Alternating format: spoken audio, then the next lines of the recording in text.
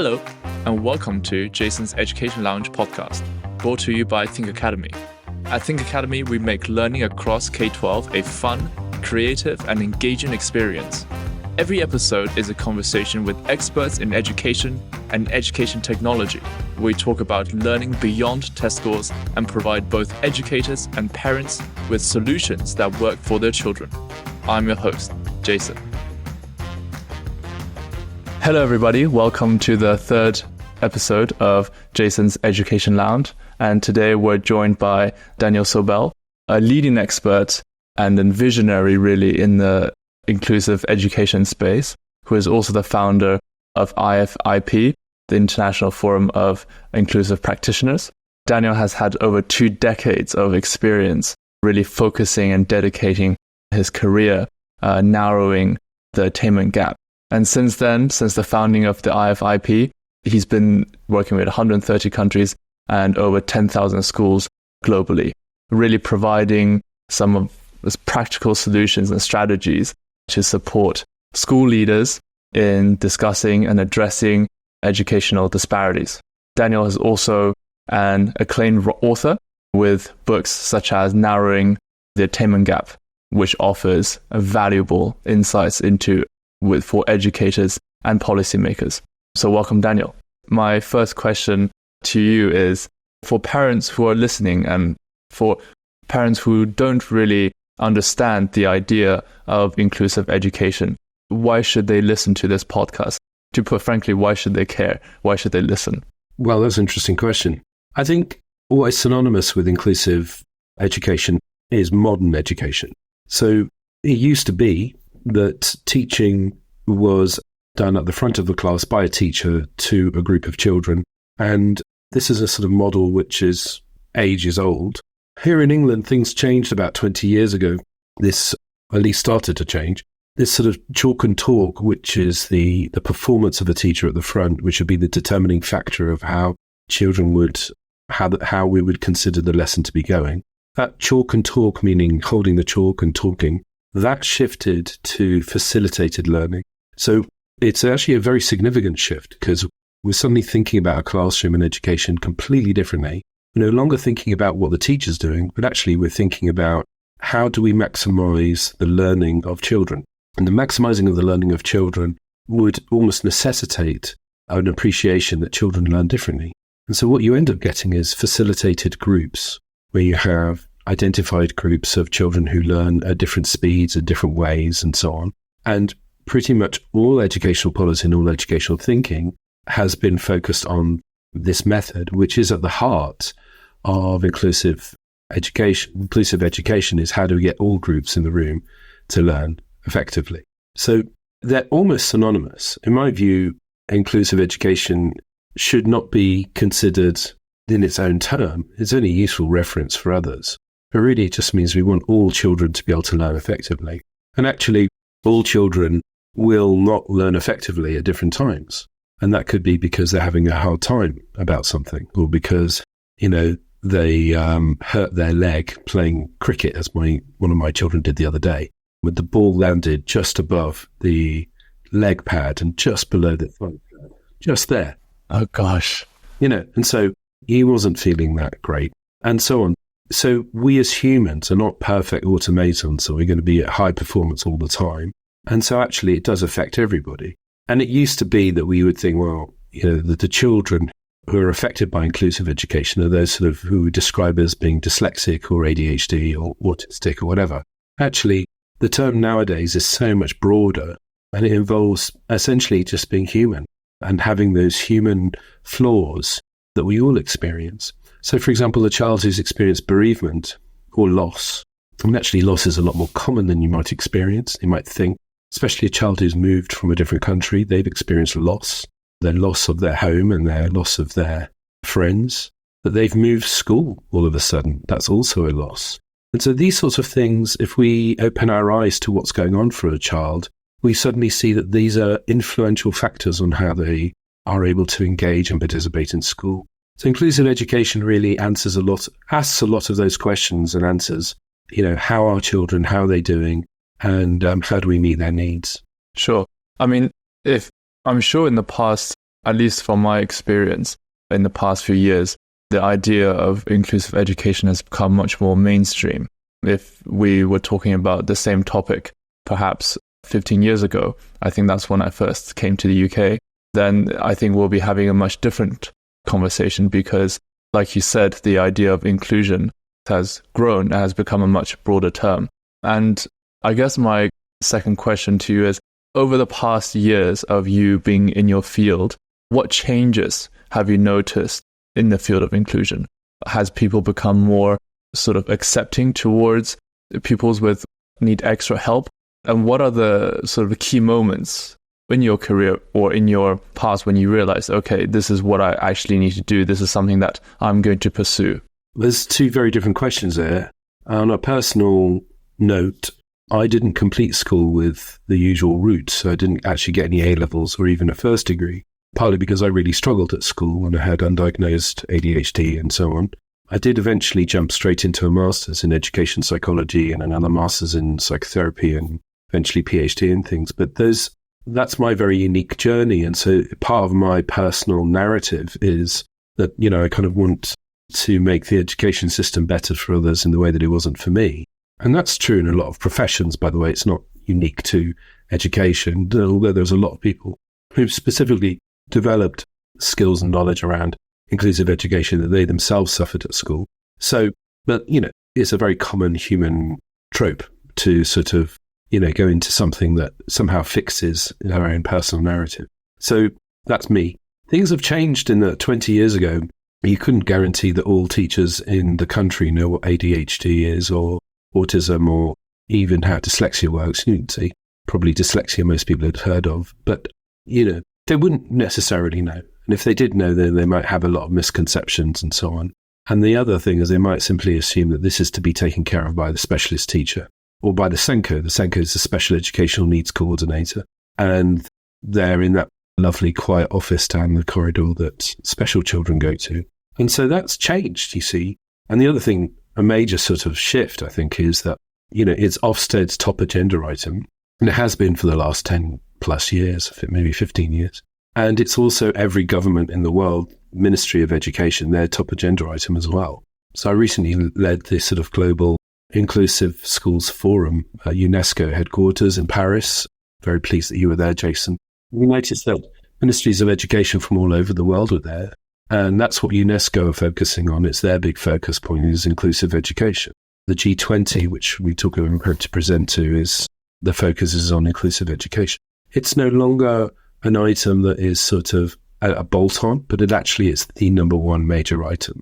My organization is in 130 countries, and I'd say probably 110 of those 130, their top priority is inclusive education. That's fantastic. I mean, it was definitely in March going to the UNESCO event, talking about listening to different speakers speak about this topic was definitely quite educational for myself. And being the company that I'm in, as you know, we've spoken about our approach, because from a standpoint where we look at the way that technology has improved over literally the past 4 years, now we have ChatGPT for Omni, which is one of the most impressive. It would put a lot of people possibly out of work. And I feel that with the improvement in technology, with the improvement in AI and mixing with the understanding of education, I think this is there hasn't been a better time to really push on this agenda. And would you be able to share a specific case study in the past where went into a school where they had problems and they had issues, and then how you have managed what strategies did you use to help them fix it and help them become more open-minded? Just to correct what you said before, we worked with 1,000 schools. It's actually worked with 10,000 schools. Oh, gosh. So sort of picking out just one example is tough.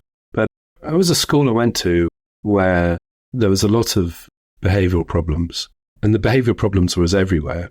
And you can think of behaviour in the traditional sense of it being about discipline, about how adults need to have a very tough love, firm, and so on. And I mean, my view is that adults should be firm, flexible, and consistent as much as possible, but adaptable. But you get the school was not really lacking teachers who were shouting. There were lots of shouting. By the way, I think all the research doesn't, suggest that shouting is not an effective way of dealing with children. Actually, it makes things worse usually. Shouting to be heard is also not massively effective either. But there's an example of a school which just wasn't meeting the children's needs. And as a result, they were expressing their frustrations, boredom, and so on. It's quite important to think about that as a sort of direct relationship with behaviour. And behaviour is usually when inclusion goes wrong. And the thing about inclusion is things go wrong all the time. So there's a certain amount of it's okay, there's a sense of okayness because I keep coming back to this point, we're all humans and it's all right, we all have flaws. But where you have a sort of chronic scenario, which is what I described, so there was a few very basic steps. Looking at the schools, not indifferent to how we would, not massively dissimilar to how we would look at an individual. Firstly, let's identify what our needs are. So we try to identify student needs and also where the teachers' needs are, to upskill the teachers to meet the needs of those children and to begin to address children's needs. And as we did those two, one of the things that happened was a shifting of attitudes. And actually, attitudes is a major determining factor of outcomes. Attitudes is not, it sounds wishy-washy, doesn't it? But actually, attitudes of what is possible, what is not possible for a child, is possibly the biggest determining factor. And you as parents, I think the majority of people listening are parents and need to be aware of this. There's something called the Pygmalion effect. The Pygmalion effect is a theory which comes from Harvard University. And I've seen this in play in lots of different ways. But the specific case that they used was of a group of teachers and their children in New York in a city school. And they basically said, we've identified the students who are really behind in their learning. And out of those students, we've done a special psychological assessment. And these are the students who are going to make significant progress in the next 6 months because they're about to, and then they made this phrase up, they're about to bloom, meaning they're about to become top in the class, even though they hadn't beforehand. And this is the professor and the school principal lying to the teachers. They just made up a test and they just told the teachers these children are about to become top class students. And of course, they did. Those students did become top in the class. This is a very significant impact on both inclusive education and education as a whole. So part of the problem with inclusive education is that we've now reached a point whereby we're very quick to identify students. When we identify students, what we do is we give them a label, dyslexic or dyspraxic or dyscalculia or something, dysphasia. And these are words. They're disability, disappointing, destructive, disastrous. The dis is the sort of negative of what they can't, you see. So what we're doing is we created an inclusion paradox. Children who, we suggest these are the things that they can't do. And that's how we talk about children. And actually, what those children need is it's to open the minds of those children to what they can do. And more importantly is the adults around the child. I pointed this out in Ukraine just before the war to a bunch of school teachers and school principals there. And I showed them two photographs. One photograph was of some young people with Down syndrome who'd gone on to university to do a degree. And I also pointed out another photo of somebody with no natural born legs who climbed Everest. And I asked the question to the teachers and the school principal. I said, how do you explain that? And they said, by the way, I'm just not advocating that all people with Down syndrome can go on to do a university degree. That's not really the point. Although increasingly I've come across it in all parts of the world. It's quite interesting. And they said, well, those young people must be the exceptions to the rule. And I said, yeah, I'm happy to accept that. That's fine. It doesn't actually explain it. I said, because, and I said, this is the reveal, is that the thing that this determining factor was the adults around the child and their belief that they could do it. Because if the teachers and the parent did not believe that they could go on to university to do a degree or to become fit and athletic enough to climb Everest, it would never have happened. And that is, if you want to take away a major slice from the world of inclusion into all of education, and I would say it was this: how you deal with that fact for children and the belief that you have in your child and that the teachers have in that child will significantly determine the outcomes of the child. So you feel, would you say it's fair to say that it's not only an effort by the school to change their attitude or even their wording when they're dealing with certain children, but also at home as well for parents to be aware of what to say and the best thing not to discourage their children at doing something? Yes, you've got to be careful. I mean, it's interesting. My eldest son, he just got into one of the top schools in England, one of the hardest to get into, I should say. And about 18 months ago, he was diagnosed with dyslexia. It's a very specific form of dyslexia, but dyslexia nonetheless. The thing that I had to be careful of was how he personally felt about that and what that means for his own sense of self. And then, he did have certain struggles, so he needed also to accept certain help. So do you see how actually the diagnosis, it's actually all the issues surrounding the diagnosis that makes much more of the issue. He wouldn't have passed that exam unless he'd had the self-belief to do it. It was very interesting, actually. There's an interesting point. We went to a school in the jungle in the Dominican Republic. We're going again this year. We went last year. And you'll see where this is going. So this is a year and a half ago, he'd had the diagnosis. And he'd sort of, his immediate response is, well, I told you I can't read. I'm never going to read again. And that was his response. And so I obviously got some work to do there. And so through my work and connections, and I know somebody in the jungle in Dominican Republic who set up a school. And it's a very unusual school. It's like a school which is less, it has not that many classrooms. It's more about focusing on self-regulation, so how children are aware of their own needs throughout the day, and also metacognition, so how they learn. And it's very child-led, so it's the children learn what they sort of need or want to learn. And it's multi-age experience. And we did this for a month in the summer holidays last year, so my wife and I could work remotely and the kids went to this school. And then 1 week, it's really nothing like traditional school. So 1 week, they would focus on mangroves, another they would focus on, forest, another week they'd focus on sea stuff, whatever, vague sort of general topics, and then children would find their own way. Now, that in itself was a wonderful sort of life experience and really very different from any sort of usual holiday.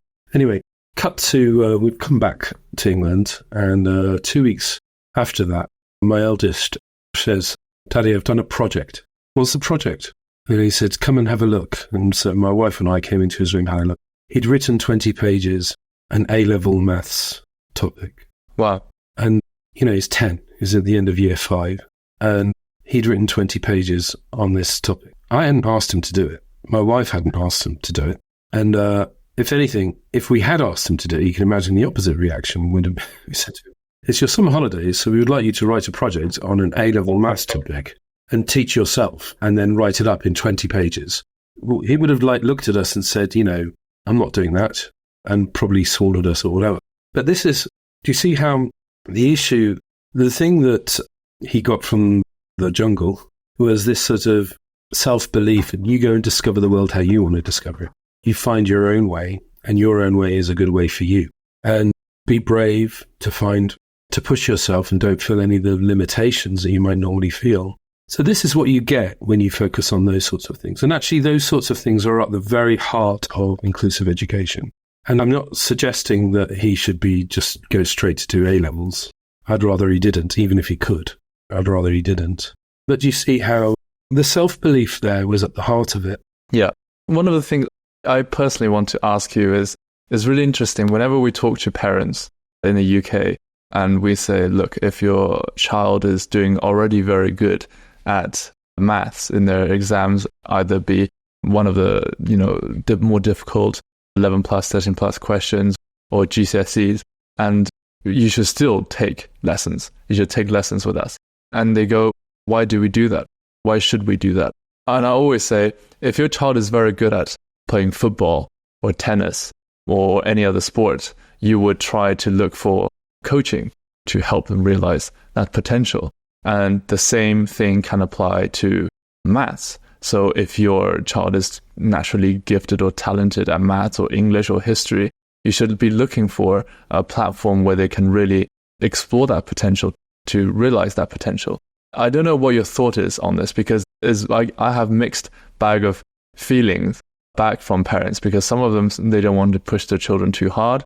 Some of them feel it's a very Chinese or very Asian mentality to be, to push harder and harder. But I'm curious to what you think about that. And yeah. I personally agree with what you've said, but I don't think it's about, I think the word pushing harder and harder is a misconception. It's almost like, my middle son is quite good at football and specifically being in goal. So we take him along because he really likes it to football training, but then we take him along to an additional training somewhere else that focuses very much on goalkeeping. I don't consider that pushing harder and harder. We figure, right, we've got a certain amount of time in the week. We've got a certain amount of resource, that's money, a certain amount of effort that my wife and I can put in to taking the kids around. And he really wants to do it. And we think it's kind of good for him to experience the idea of, furthering a skill to a higher level, both for the joy of it itself. I mean, there's no sense that we think he'll become a professional footballer or anything. I don't think that's even remotely on the cards.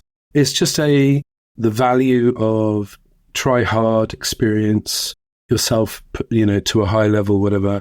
I don't relate to that as being anything to do with being sort of overly pushy. I don't think so. And similarly with maths can be extremely enjoyable. I think just to relate someone, because obviously you and I have talked about your company and what you do, and my team have looked at what your team does. You can imagine a child sitting there and feeling proud to be part of a group that is doing high level maths. You can imagine a child sitting there enjoying it and feeling positive. There's all that sort of belief bubbling and brewing and developing and stuff, which you don't necessarily get in other parts. It's not accurate to describe that as pushing. That's nurturing and valuing and joy and those sorts of things, which are wonderful things for parents to invest in. I imagine that any parent listening to this will appreciate the fact that you've just got a limited amount of time, energy, effort and money and stress and all the things that life is difficult when especially you've got more than one child and you've got to balance careers and everything. So those have become determining factors. And actually the pushing bit tends to end up being more on the parents than on the child. The child doesn't experience it as pushing. I was just going to mention a story that I've heard. And we had a student from, I think, a year or two ago. And she was a year 6 student studying with us. And her parents are, very, not stereotypical, but classic Chinese parents who maybe sign her up to one too many, curriculums or extracurricular activity. Every day was packed, every day was full, because this is how education is viewed in different parts of the world. For example, maths studies. If you are a authoritative math teacher in Asian countries, you're like a rock star. Everyone knows you. You'll be speaking at corporate events and you'll be talking to various, important people and so on. And this student that we had, one day she came home and then she locked herself in the bathroom and started crying. And her mother went after her into the bathroom and asked, what's wrong? And she said that, I don't want to do anything. There's too much to do. I don't have any time for myself. There's nothing I can, do that I actually want to do. Everything is for you, etc., etc. And the mom was, as a first-time parent, of course, she was very confused with what to do next. And she asked me and she said, Jason, what should I do? Why in this? I didn't mean for this to happen, but it happened. And she's clearly very upset. Should I stop everything? Should I just, And I said, actually, I don't think it would be wise to stop everything. Because if you stop everything, imagine if you take a child out of school, just let them relax, just on and on and on for months. Maybe the first month for the child, it will be fantastic. I get to do so much stuff. I could get to play my PlayStation. I could watch movies all day long. But I think over a period of time, their friends would have been would have improved. Their friends would have started to have a gap between where they are and where their friends are. And I think they themselves will feel distant to what they should be at. And I don't think they will be happy. They will actually be happy. I think they'll be happy in the short term. But if we look at the idea of long-term achievement and long-term happiness, it's about conquering small little obstacles and then towards a bigger goal. And I think that would be the best way forward to help a child understand, okay, maybe my target for you was set too high, for example, to get into the top schools, to get this grade. But if we start by breaking it down into smaller, attainable goals, it's much easier because you're reaching milestones all the time and you have this sense of achievement and you're actually much more motivated to go forward. And I think this is something that actually this is a question that we get asked quite often, and I think parents are sometimes they're not sure about when and how much, and it's always dependent on the child because some children, they enjoy the pressure. I don't know if we met some very, very talented kids and they absolutely enjoy being pushed and pushed and pushed, and we want to meet that challenge because they're there. But some other children, we have to go by individualized cases. And that, what you just described, is exactly the difference between focusing on the teacher versus focusing on the children. When you focus on what the individual children need, you discover that not everybody is going to do 90 exercises. Some will do 60, some will do 30. And everyone needs to go at their own pace and do their own thing, whatever stretch and challenge means to each individual. And that's exactly what you're describing, that some children it works for and some it doesn't. It's exactly the point. That is, in some ways, you're describing modern education or sort of inclusive education, that, what works for the individual child. That's what we said right at the very beginning, right? Yes, I'm glad we came into a circle. I guess the next part is I've been following the election in the UK since it was announced. I mean, I studied politics at university, and I've been following elections whenever they appear, whether it's the US or in the UK. And I think if we are to look at the polls, it's a pretty conclusive outcome, but I don't want to, only if we look at the polls, depending if we believe in the polls or not. But one of the key policies that Labour has put forward with regards to education is to have a 20% VAT on private schools. Now, there are many different policymakers, strategists, commentators that are commenting on this policy and how that would what impact that would have on the state sector if more people are going into the state sector. And I guess my question to yourself is, what are the policies that the next government or even local government should be implementing in a case where there are more pupils into the state sector and at the same time trying to bridge the attainment gap, as you have mentioned in the past? It's a very big topic. So there's a very highly successful education system in Finland, and using the Finnish model is I would describe that they're probably like 2 decades ahead of where we are in England and where most of the rest of the world is. They decided to do something about 20 years ago, which was a big departure from what most governments do, which is they decided, in simple terms, they said, right, okay, you teachers and professors of education are the experts. You decide what to do, and we'll follow your lead. And they created a really modern education system where all teachers have master's level training in pedagogy, and that there is high pay and high regard for teachers, and that there are no private schools, there are just state schools, and that the outcomes of those schools are the highest in the world, and they are based on inclusive modern education. I think that is an ideal, but the problem is the transition. I mean, Finland is a small country, peak population-wise, and they're able also, due to the socioeconomics, to be able to shift much more easily. They have high regard for public services. It's probably the vast majority of parents who are listening to this rely on private services, including private health and private care and so on and so forth. So it's not easy to sort of say there's an equivalence of what they did, therefore we should just pick up and do it. Closest equivalence that we could look at to see what happened when you added 20% VAT is in Greece. And in Greece, things fell apart fairly quickly and they had to revoke that policy. So the problem is the transition. You can understand what Labour are trying to do. It's not entirely a bad idea. The idea that you have an education standard so high across the country, there's no real need to spend, an additional £30,000 of your pocket for education because you just go for the state sector. And I'm sure the vast majority of parents would agree to that if they were to get their £30,000 worth of education. And so the aspiration isn't bad, but I don't think there's any belief at all in the system that England could reliably do it. Having said that, there are state schools which I think are 10 times better than private schools, and there are private schools which I think are 10 times better than state schools. One is not, just because it's a private school doesn't mean say it's good. And actually, there's plenty of private schools which aren't that good. And also, it depends on how you measure good. What are the metrics? So this is a big and complicated issue. I think I'll pause there in this topic because it's just such a big topic.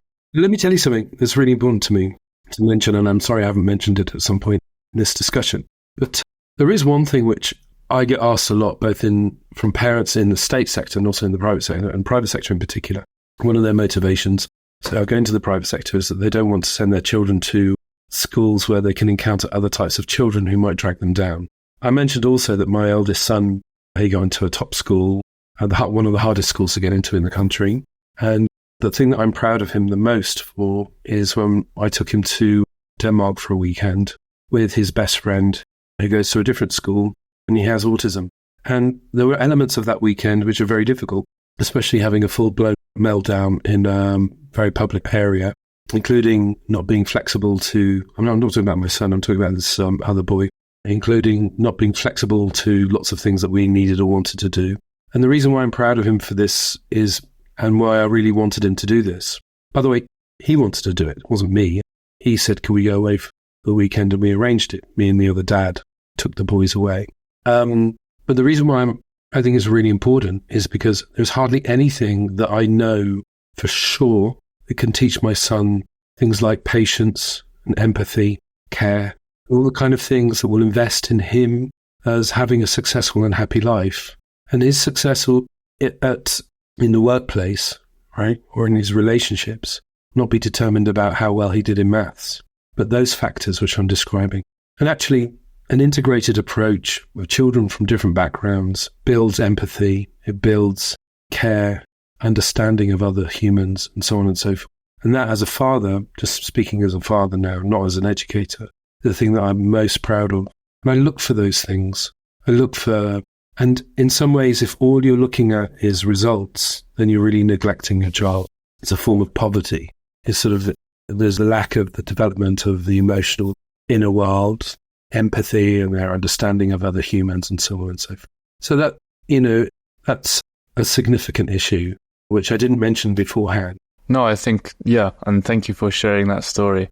And I also feel not only in the UK, but personally, my grades were never the top of the class. My grades were never something to be, especially proud of. But I had a guardian when I first came to the UK, and they are now, I think, going to their 80s, getting close to their 80s now. But when I spoke to them, they said, "Jason, sometimes in life, being a well-rounded person, having character, having a backbone, having a charisma is almost more important than what you're getting in your next math exam." And they really they helped my parents, who are from a drastically different culture, understand the importance of someone's character. And they really helped me with my personal growth in that regard.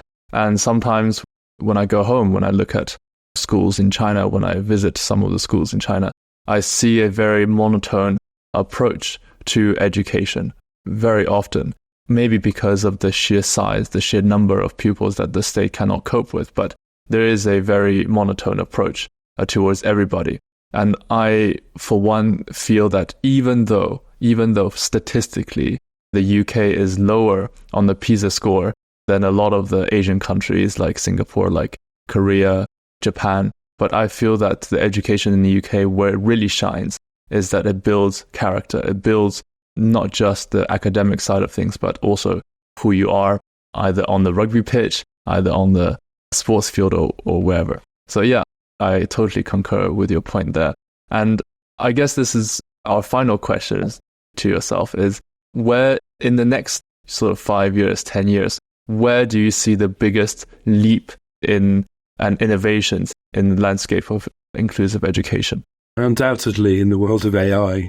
I mean, I look to people like yourself and your company who are leading pathways in this, which, the average, that there aren't that many people who have significant and meaningful expertise in education in ways that they can envisage future or different ways of doing education, sort of helping education evolve. And especially if they have, at the same time, some sort of position of influence. And there's hardly any people in the world of AI who know a lot about education. So the confluence of these two, like the intersection of these two, is extremely small, right? So I think there needs to be a very broad collaboration around this, bringing together minds to be thinking about it. I'm excited by companies such as yours that are very forward-thinking. And it's exciting to be allied with that, to be, for someone like myself who, I don't know about AI really, except for the way that I use it in my own way to sort of cheat with my own writing and things. I don't really know how we could use it. So I think that seems to be the obvious direction. But I think that's the thing that will change the most. Attitudes and ideas will continue to evolve, but that in itself isn't new. That's predictable. We know that that's going to happen. We know that we know that in England there is a very traditional educational, and in Asia there's very traditional educational models. And so you'd expect to see them in 5 or 10 years' time still in the basic roots of how they are. They're not brave enough societies to sort of shift and evolve into something as far forward thinking as Finland. They're just not going to do it. So, you could almost pretty much bet your house on the fact that they're not going to do that. But using AI is something which sounds, at least at the moment, very palatable and exciting. For most humans, it just sounds like futuristic. And it is, frankly. But it's just bringing those things together. How you put the pieces of the puzzle together is interesting. I couldn't possibly tell you what that's going to look like. So, No, yeah, I totally understand. And thank you so much, Daniel, for joining us today. And hope you have a wonderful day, and I hope you get well soon. Thanks, Jason. It's been my pleasure. That wraps up this episode of Jason's Education Lounge podcast. A shout out to our parent company, Think Academy, a company that provides world-class online and in-person education programs for K-12 students. We're proud to be different, result-driven, and focus on the specific learning needs of your child. Check out our website at www.thinkacademy.uk. And a big shout out to Fame for making this podcast possible. Thank you for listening, folks. Stick around for more insights in our next episode. Catch you later.